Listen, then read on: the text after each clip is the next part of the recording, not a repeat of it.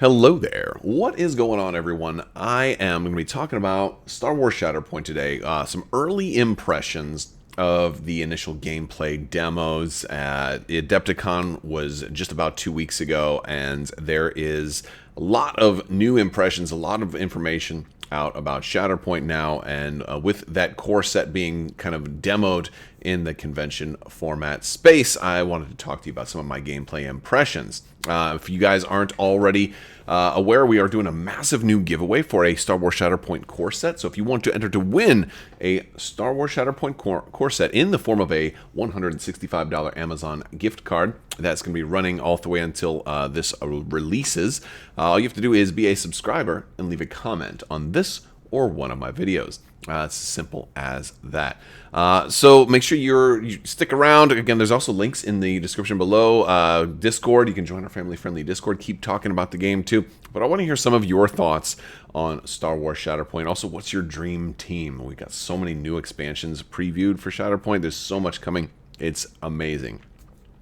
So let's talk a little bit about this game. Now, I was not at Adepticon. I did not get the chance to play this in person just yet. Hopefully very, very, very soon. But no, I was not able to get a chance to play it yet. They're also going to be demoing this at Star Wars Celebration. So if you're at Celebration, you should also have additional opportunities to check out Shatterpoint. But when you're demoing it at a convention, you're getting an abbreviated play experience. You're not getting the full experience of the game, and so you're usually being able to play like one round of the game or whatever. So you're getting kind of a shorter version, and it's not always the full experience, but it's definitely enough to give you an impression. And that's what I'm basing this off of. Watched videos numerous times, and I think there's a lot of new information out there, or at least putting the existing information that we had in context. Because somebody can tell you something 3 or 4 times, but until you actually see it applied, sometimes it doesn't always click, right? And so I feel like that's what the Adepticon demos really helped occur. I want to talk about some of the stuff like what we've seen on the cards already. We know all the different units that are out there. Most of them are single units, but we do have like some clone units, multi-units. Single units kind of function as you would expect. Only the leaders typically will have Force. Now the Force up in the top right of Ahsoka's card, she's going to have 3, for example, and then you're of course out of your 2 strike teams, so you'll have 3 and then another 3, or 3 then 4, or something like that. It seems like 6, 7, or 8 seem to be about the normal amount of Force that you're going to start with. Those kind of feel like command points or presence points. They really don't have a whole lot to do with the Force, unless of course you're using them to fuel a Force user's abilities like Force speed or something like that. But those are points that you're going to spend to activate character abilities, and just about every character in the game has abilities that require Force to be spent. And so that's an important thing. Her squad points is how many she can come with. When we've talked about that, but there's different keywords and all kinds of abilities, reactive, active abilities, passive abilities that are on all the time. These are things that we've known about already. But an interesting thing about this is the way that the wounds and the stamina work. So when you're getting hit in combat, you're going to be taking wounds. And now what we were able to see how all of this worked out is we were in the demos. We were able to see how easily these wounds can come on. You can get a lot of wounds on a character very, very, very quickly. And so characters can get wounded. Now, once you get enough damage on Ahsoka to exceed her threshold here, then she'll be wounded. So at the end of her activation, she's going to flip over a token, and now she's kind of really penalized because she's now wounded. But that's where the stamina comes in, because she doesn't come off the board until she gets 3 of those, and that'll still be at the end of her activation. That's an important part, and I kind of want to talk about that, because to me, that's something that I'm not certain how that's going to feel when the game comes out and you're playing full games. I'm curious about the look and feel of Star Wars Shatterpoint in a game where it's going to be exceedingly hard, or supposedly exceedingly hard, to completely to table your opponent, or to get named characters off the board. I feel like that's going to be problematic, because I'm just so used to other games where I blow up your Luke Skywalker, he's gone. Here it's like I blow up your Ahsoka, she's not gone, she's still there. So that's kind of something that I'm cautious about. I'm not sure how I'm going to feel about that, but I can see why, because they also want to make this game accessible to a lot of folks. And imagine you're playing this with your kids or whatever, and first turn, like, you blow up their Ahsoka and they don't get to play with Ahsoka or whatever. Like, you certainly don't want that to have happen. So I certainly understand that. But at the same time, it's still a very, very good thing to get the one wound on Ahsoka, because as soon as she's wounded, she can't contest objectives anymore. All of her abilities are going to cost 1 more force, or maybe 2 more force if she gets that second wound, And so now, out of only maybe 6 or 7 force that you have available in this whole team, now for her to use her "What's the Matter, Too Fast for You" ability that normally would cost 2 force, that might cost 4 force just to use it one time. And then all of a sudden, more than half of your force pool is gone for just a single ability. So while she's not gone, she's seriously impacted. And I think that's something that's going to show its weight when you get to play the full game multiple times. Like, does it really feel like wounding a character just even the one time is sufficient to kind of wipe your hands and like, ha, took care of you, I guess we're going to have to wait and see. But based on the initial impressions, I can certainly see the value in doing that, and also the value in leaving a character on the board, because it makes it more accessible and more of a family-friendly game, and also more of a wider audience appeal type of game. But I'm wondering if the competitive gamer in me is going to be like, oh, I killed her, but she's still there. Like, how's that going to feel? Because she can still attack. She can still, she's still like at least half as good. So that's something to think about. But also, the way combat works is going to be very, very interesting. We got to see a lot of this already, but actually seeing the demos puts things like combat tree and expertise tree into a little bit more focus. So, you've got, depending on which, and again, only the primary characters have the double-sided stance cards, whereas everybody else is just going to have like the one stance, so they'll just have one of these. Depending on which stance you're in, if you're going more offensive or defensive, is kind of how it seems. They'll say how many defense dice you roll, how many attack dice you roll, whether it's a melee attack or a ranged attack, and then of course your expertise conversion chart. The expertise, we knew that was a special kind of diamond-y type of symbol, but at the same time, it was interesting to see it kind of rolled, because in some cases it can be very, very good to get expertise.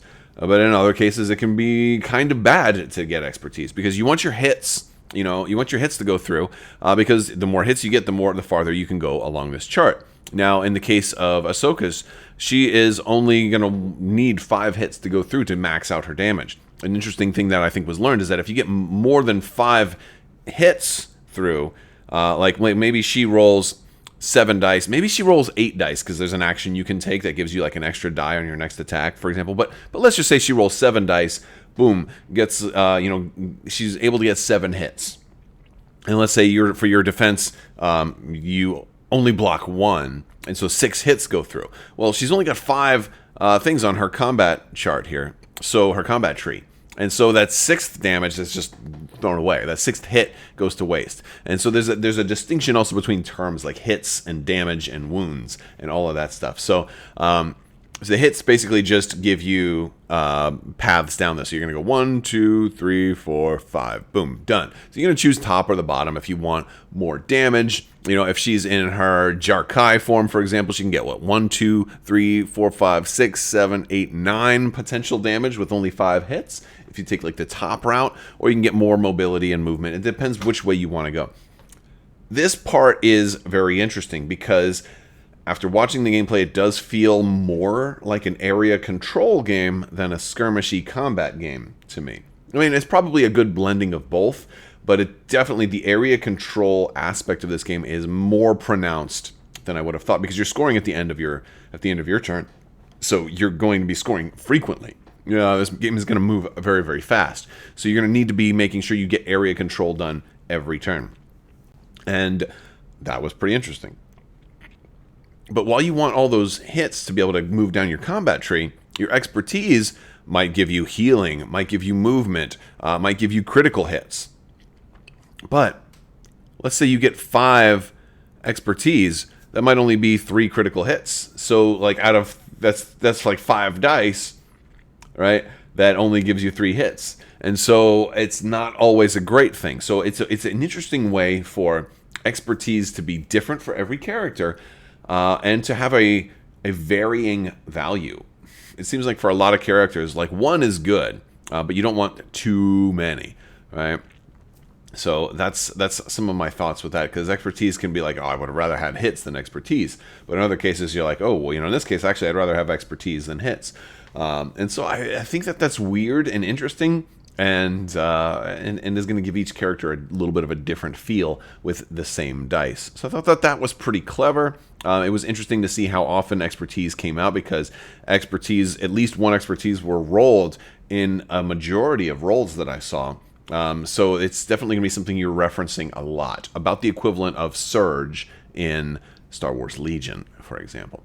So I thought that was interesting, and the way that the stances will work. Another thing is like cards activating units from gameplay. One thing that I think was a little unclear to me is when you decide, like he pulled in Will Schick's demo at the on the AMG channel, which you can go check out now if you want. He pulls Anakin Skywalker first, and he's like, oh, I didn't want to activate Anakin Skywalker first, so you can spend a force and kind of put him in reserve. Interesting thing about putting that card in reserve, it gives you a little bit of control, so you're not just completely randomly activating stuff, but you're still mostly randomly activating stuff. Putting that card in reserve is going to be something you'll probably do quite a bit, because then when it's your turn to go, you put it in reserve, now you pull from the top and you have to activate that whatever it is. But on your next turn, it's like, okay, I at first I was thinking I'd be able to pull and look and then choose, oh, I don't want to do the reserve or this guy on top. But it basically sounds like you have to make that decision before you pull. So then it starts to become like, oh, I really want to, you really want to keep your reserve spot free as often as you can. For 1, it costs force to put somebody there, and for 2, like if you can manage to go with what you pulled, then you shouldn't put it in reserve. You kind of want to keep that for when it's absolutely 100% necessary. But you also have the Shatterpoint card, which gives you a ton of flexibility when you pull that card, because you can go with any unit you want, even one that's already activated. So I thought that was pretty interesting. Another thing I think is very interesting is the multi-character units. So like the clone troopers, the 501st clone troopers is a good example, or the B1 battle droids. And of course, we're going to see a lot more multi-miniature units. They have that shared health pool, which is interesting. And it's very different from like a game like Legion here, because the clones don't each, like if I get like 5, 7 wounds or something like that on this clone, they both are wounded. Which is interesting. I could maybe never shoot this other clone the whole game and just concentrate fire on this guy. It'll eventually kill them both. And again, the cheaper minis and the more disposable minis have a lower kind of stamina threshold, so they're going to be easier to get them removed from the board if you want. And because there's 2 of them, and they can go, and they don't have to stay close together like they do in Legion, so they can split up and go anywhere on the board they want. Granted, it's only a 3x3 board, so it's not like they're going that far away. But the fact that they can split up and they share action, so you do a move action, they both get to do the move action. They're kind of like an action multiplier. And so it's definitely a blessing and a curse. And this was an interesting thing to see in the demos, is that any multi-miniature unit that is an action multiplier is also a vulnerability multiplier. And what I mean by that is, like, maybe I want to go contest 2 different objectives, which is important. And so 1 move action, I can go boom, boom. Very cool. I just contested two objectives. Well, that also means that I'm probably out in the open. Like maybe this one over here is very well protected, but this one down here is a lot more in the open. Well, that means my whole unit might be out in the open, because now he can just open fire on this guy. And the poor guy that's over here that's all protected is like, well, I'm also taking wounds. And so that, that's where it's like a double vulnerability. But at the same time, if you use them to attack, they both get to attack. So again, an action multiplier. So I thought that that's really interesting. And it'll be even more interesting to see how that aspect kind of develops with the full gameplay. Like, do you want to? I'm curious if like clones and other multi-unit miniatures or multi-miniature units rather are going to be something that maybe you want to hold them in reserve because they're a little more fragile, and maybe you want to kind of keep them safe at the beginning and then kind of bring them out in force a little bit later. after that sort of thing kind of winds out. I also thought their battlefields were very, very pretty, and of course the miniatures looked great, so it made the gameplay thematically look really cool. So as far as the tabletop presence aspect of the demos were really good from that perspective. And then also you have, the objective cards. This is a very cool thing. I really like the way that they're doing this. So basically in the core set, you're just going to get one of these cards here that says, okay, this is a 3x3 grid. You've got nine spots, but then you've got multiple different cards that tell you which ones light up. That's going to be great for a number of reasons. For maybe, now they said they will potentially do more of these packs. They kind of confirmed there, that they want to do more packs. But this just means that like every board is going to be set up the same way. As far as the tokens, you don't have to do a kind of different measurements for every single game, at least at first. And that means you can potentially do maybe play mats that have like a strategic bush or a strategic little like rock or something at certain of the these places to make setup much, much easier, at least for your casual home games. I thought that would be kind of a cool little thing. But I also like that if you lose the first struggle, that like the next card comes out, you get to pick, which one lights up, which one doesn't. And one of these is going to be like a super important objective too, and so it kind of means like not all the objective points are created equal, and now all of a sudden, you were winning, you got off to an early lead, but your forces were all the way over here, so I'm going to choose this other one, so that lights up the objective that I'm already in control of, and now I, even though I was behind, now I have it's a built-in catch-up mechanic.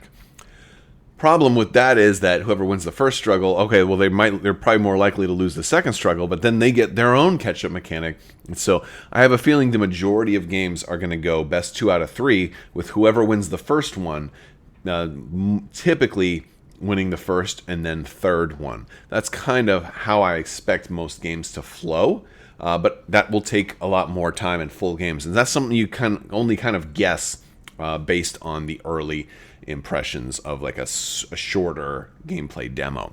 So, but still, I think it's a cool system that they have. Overall, it does feel more like an area control game to me because of these, and because from the very, very beginning, they're moving around like they had like these 3 were lit up in the gameplay demo. So it was all about getting there, standing on top of the objectives if you could, and then just pushing people away. Like combat trees that involve pushing somebody off were really, really important. Combat trees that involve giving yourself extra mobility were also very, very important. And I think that takes away from the shooty aspect a little bit and adds itself a little bit more to the movement aspect. I feel like movement is more important than combat. But again, that's also just based on a short demo.